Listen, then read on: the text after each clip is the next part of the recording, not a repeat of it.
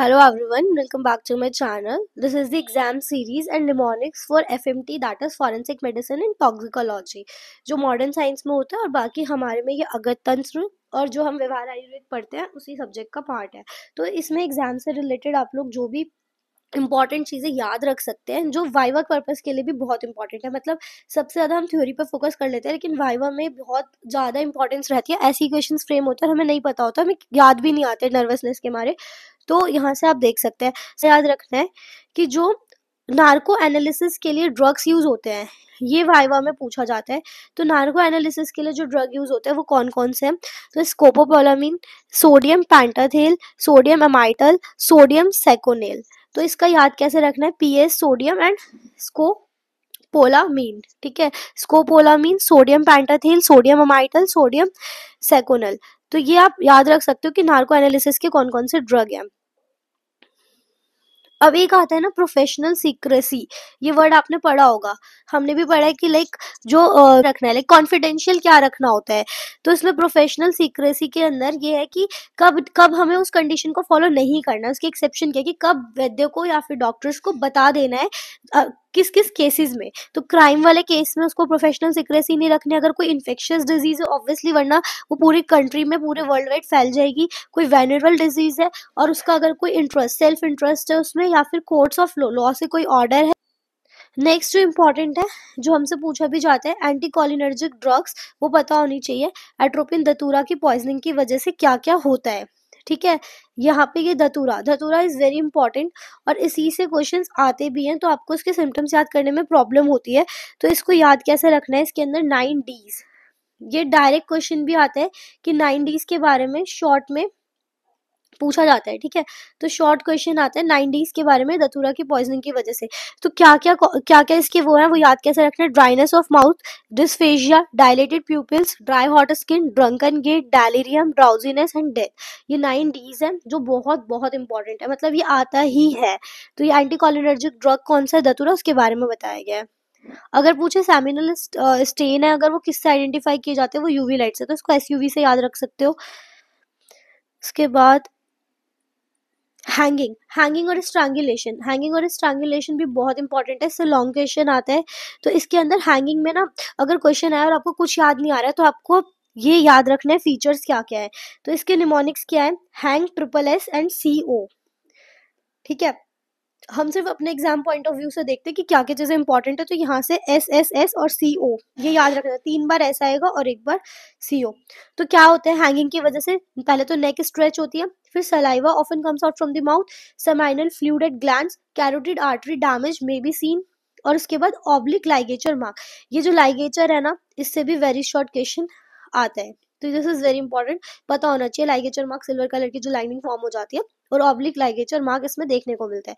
फिर एक आपको सिम्टम्स याद करने में प्रॉब्लम होती है कि बहुत सारी जगहों पे फैटी लिवर लिखा होता है, तो वो किस किस में मिलेगा? तो हमें याद रखना है फैटी पैम। पैम जो है वो मोटा है, फैटी पैम। तो फॉस्फोरस में सबसे ज्यादा, फिर arsenic and then mercury poisoning. फिर मरकरी पॉइजनिंग का एक जो मेन फीचर है दैट इज डिप्थेरेटिक कोलाइटिस। तो mercury dips in the cold, ऐसे करके आप याद रख सकते हो। अब मैंने क्रोनिक लिड पॉइजनिंग ऑलरेडी इसकी मैनिफेस्टेशंस बता दी हैं, ABCDEF। तो एक बार यहाँ पे भी देख लेते हैं। ए से क्या है? एनीमिया, B से बर्टोनियन लाइंस, C से कॉलिक एंड कॉन्स्टिपेशन। ये फर्स्ट सिम्टम दिखता है in the suspicion of lead poisoning. फिर D से drop of wrist and foot. Encephalopathy किसमें देखने को मिलती है? बच्चों में। फेशियल पैलर देखने को मिलता है। This is the earliest symptom जो हमें पता होना चाहिए। फिर जेनाइटो यूरिनरी सिस्टम के डिसऑर्डर्स में क्या है? Menstrual disorders, abortion, stillbirth, degenerated offsprings and sterility. ये इंपॉर्टेंट है। उसके बाद हाँ, ये एक फिंगरप्रिंट से बहुत इंपॉर्टेंट, डेक्टिलोग्राफी। डेक्टिलोग्राफी से ऑलरेडी बहुत क्वेश्चन आते हैं, तो आपको डेक्टिलोग्राफी भी पढ़ना है, दिस इज इंपॉर्टेंट। तो इसको याद करने का ट्रिक है LWAC, जिसमें लूप्स, वॉल्स, आर्चेस और उसके बाद कंपोजिट, और ये ऑर्डर डिक्रीजिंग ऑर्डर में ऑलरेडी है, तो इसको याद करना इजी है। फिर सिफेलिक इंडेक्स, इससे आपका शॉर्ट क्वेश्चन या फिर वेरी शॉर्ट ये फ्रेम होता है। तो इसमें हमारा डॉलिकोसिफेलिक है, उसमें कौन कौन आते हैं वो कैसे याद रखेंगे? तो सबसे पहला है डॉलिकोसिफेलिक, जो 70 से 74.9 इसका इंडेक्स होता है। इसके अंदर आपका पैनी इन डॉली ये याद रखना है। कौन आएंगे? प्योर आर्यंस, अबोरिजिन्स, नेग्रोज और इंडियंस।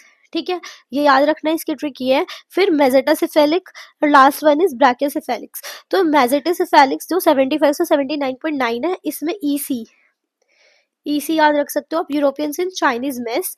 अगर इससे याद हो रहा है इससे कर लो, वरना ईसी याद रख लो। नेक्स्ट है आपका ब्रैकियोसेफेलिक्स, जिसमें मोन रहना है। तो ब्रैकियो वाले मोन रहते हैं, तो मंगोल्स, ओरिएंटल एशियंस और नेटिव अमेरिकन। तो इसके बाद आपको ये याद होना चाहिए डॉली इनकी शेप्स कौन कौन सी होती है। तो रेक्टेंगुलर, ट्रायंगुलर एंड राउंडेड। फिर नेक्स्ट है आपका जो हमारे लिए इम्पोर्टेंट है, दैट इज स्नेक।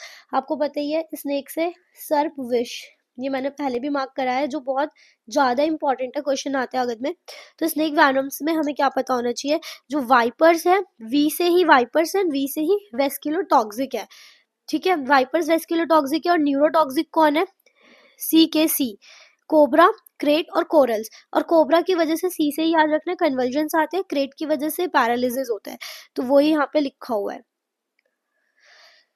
फिर आपका एज डिटर्मिनेशन एंड आइडेंटिफिकेशन, ये बहुत इंपॉर्टेंट है एज डिटर्मिनेशन, इसमें भी लॉन्ग क्वेश्चन आता है। तो इसके अंदर हमने पढ़ा होगा, हमने तो पढ़ा, आप लोगों ने भी पढ़ा होगा, गॉस्टफसन मेथड होता है, that is for age determination, जिसमें हम टीथ के बेसिस पे एज को डिटरमाइन करते हैं।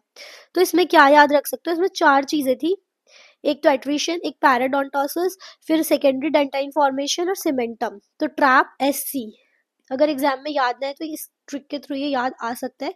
तो ट्रैप एससी, इसका ये निमोनिक है। फिर यहाँ पे नेक्स्ट आपको जो याद रखना है वो ड्रॉनिंग। ड्रॉनिंग बहुत इंपॉर्टेंट है, इससे भी क्वेश्चन आते हैं। गैटर्स टेस्ट होता है, that is done for the drowning. आपको एक्स्ट्रा मार्क्स भी मिल सकते हैं थोड़ा, और एमसीक्यू में भी पूछ सकते हैं अगर इस लाइन को आप मेंशन करते हो। तो इसमें क्या होता है, क्लोराइड कंटेंट जो भी ब्लड में है from the both sides of heart, वो एस्टिमेट किया जाता है। 25% का क्लोराइड कंटेंट जो है डिफरेंस कंसीडर किया जाता है। और इसके क्या सिग्निफिकेंट फीचर्स है, अगर फ्रेश वाटर की ड्रॉनिंग है तो इसमें हीमोडाइलेशन, lysis of RBC, chloride content on the left side of heart is decrease. ये आपको एक्स्ट्रा मार्क्स के लिए आप ये चार्ट बना सकते हैं फॉर एक्स्ट्रा मार्क्स। नॉर्मल तो आप बुक से पढ़ते ही हैं, इसके अलावा आप इसमें जो भी पॉइंट्स है उसे मेंशन कर सकते हैं। तो haemoconcentration, RBC are crenated, chloride content of left side of the heart is increase. ठीक है, उसके बाद आता है अगर टिपिकल ड्रॉनिंग की वजह से उसमें क्या क्या साइन देखने को मिलते हैं, ये तो हमें पता ही है, फ्रॉथ निकल रही होती है। फिर उसके बाद persistent profuse fine froth from mouth and nose, material that could be obtain from water only, वो कहाँ मिलते हैं, हाथ में देखने को मिलते हैं। वॉल्यूम बढ़ जाती है और एडेमेटस कंडीशन मिलती है लंग्स की, और डाई आइटम्स मिलते हैं, ये कुछ पूछा भी जाता है डाई आइटम्स वाला। ठीक है, उसके बाद कहाँ पे, specially brain and bone marrow में। नेक्स्ट आपका टीथ वाला, जिसकी वजह से एज, ये चार्ट बहुत बहुत इंपॉर्टेंट है, तो ये आपको लर्न करना है। डायरेक्ट है इसका याद रखने का, 6 to 8 ईयर्स से ऐसे स्टार्ट करना, नीचे 11 से 12, और इसका ऑर्डर में ये 6, 7, 7, 8, 8, 9 पूरी 25 ईयर्स तक की साइकिल। बस यहाँ पे क्या याद रखना होता है, पहले मोलर है, फिर सेंट्रल इंसिजर, फिर लेटरल, लेकिन उसके बाद नीचे first pre molar, second pre molar, फिर कैनाइंस, फिर सेकेंड मोलर, फिर थर्ड मोलर। ये ऑर्डर बिल्कुल एग्जैक्ट याद होना चाहिए।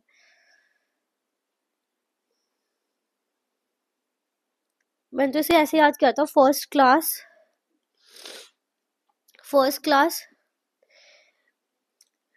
फिर उसमें मैंने याद किया था ले फेल, पहली क्लास में फेल हो गए, फिर सेकंड क्लास, फिर सेकंड, थर्ड, मतलब फिर सेकंड क्लास आई बहुत मुश्किल से पास होकर, और उसमें क्या है, सेकंड थर्ड आए,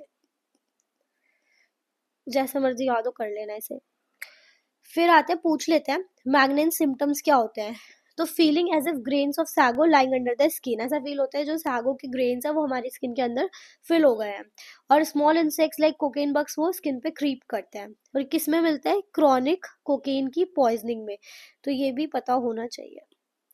फिर आता है मैसिवॉन साइन, तो इसमें क्या है, एक इंडिकेशन है हाइड्रोसेफेलस कंडीशन का, जिसके अंदर स्कल क्या होता है, क्रैक पोर्ट साउंड जनरेट करता है, उसे हम बोलते हैं मैसिवॉन साइन।